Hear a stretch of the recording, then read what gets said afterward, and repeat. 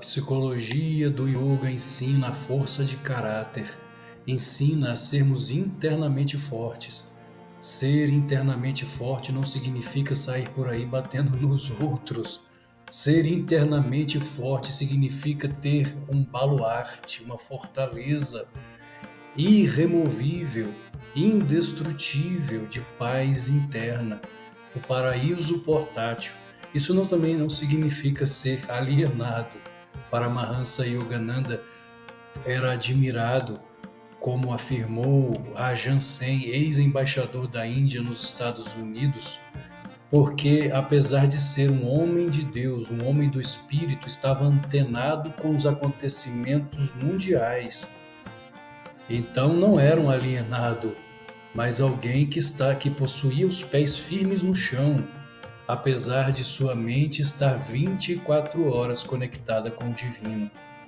Ser forte internamente significa ter desenvolvido titiksha. Titiksha é o ânimo inalterável, a resistência mental, a resiliência, a capacidade de, como a ave fênix, de se reconstruir, de renascer, de jamais se deixar afetar pelas opiniões contrárias, mas ser movido pelo bem, pela justiça divina, pelo amor ao próximo, pela compaixão, pela verdade, Satya, ser uma pessoa da verdade. E essa psicologia profunda do yoga tem por objetivo levar cada um de nós à autorrealização, que é tudo em verdade que buscamos verdadeiramente. Tudo que buscamos do lado de fora, em verdade, está em primeiro lugar dentro de nós. Se formos capazes de acessar essa ananda, essa bem-aventurança em nós, quando fechamos os olhos, fazendo aquilo que Jesus, o grande yogi, ensinou. Jesus foi um yogi.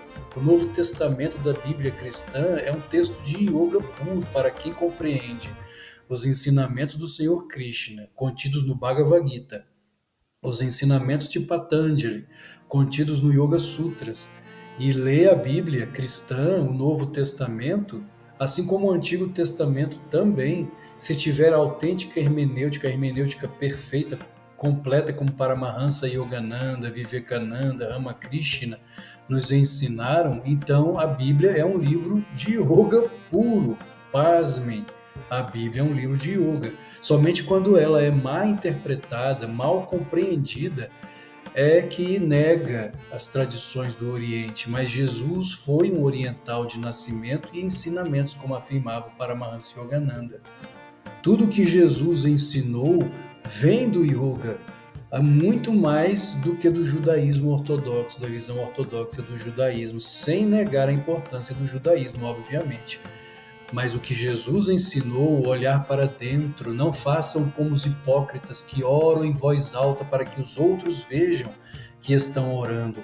Em verdade, ao orar, entra em teu quarto, fecha a porta, ou seja, as indrias, os sentidos, e ora ao teu Pai que te ouve em silêncio. Isso é yoga, Raja Yoga, meditação, internalização dos sentidos e da mente, para nos refrigerarmos no paraíso portátil, na fonte eterna, imperecível da bem-aventurança em nós. Essa é a verdadeira psicologia, psicologia da alma, que transforma, e é nesse sentido que devemos ser internamente fortes. Yogananda ensinou a Daya-mata, mãe de compaixão, a ser como a flor do lado de fora, não é?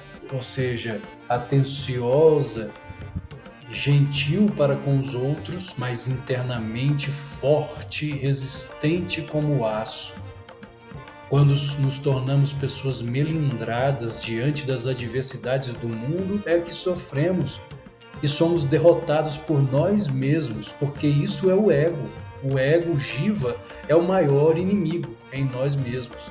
Certa vez, o grande Padre Pio de Pietrelcina, onisciente, e ele também recebeu Yogananda, chamou Yogananda de homem de Deus, assim como Teresa Neumann, a mística católica estigmatizada.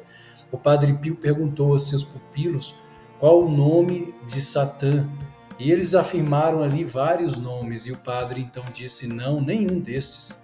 O nome de Satã é ego, é o ego, exatamente como é dito no yoga, o ego, jiva, o ego.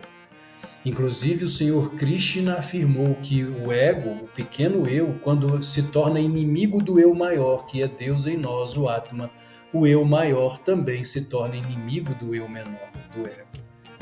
Mas se o eu menor, o ego, é amigo da luz, amigo de Deus, Deus, o Atma, se torna amigo do ego, do pequeno eu. O pequeno eu precisa se dissolver no eu maior para cumprir o sentido etimológico da palavra yoga, yud, que quer dizer união ou junção. Quando o pequeno eu se funde à luz, que é Deus, então temos yoga. E isso é psicologia do yoga. Namastê.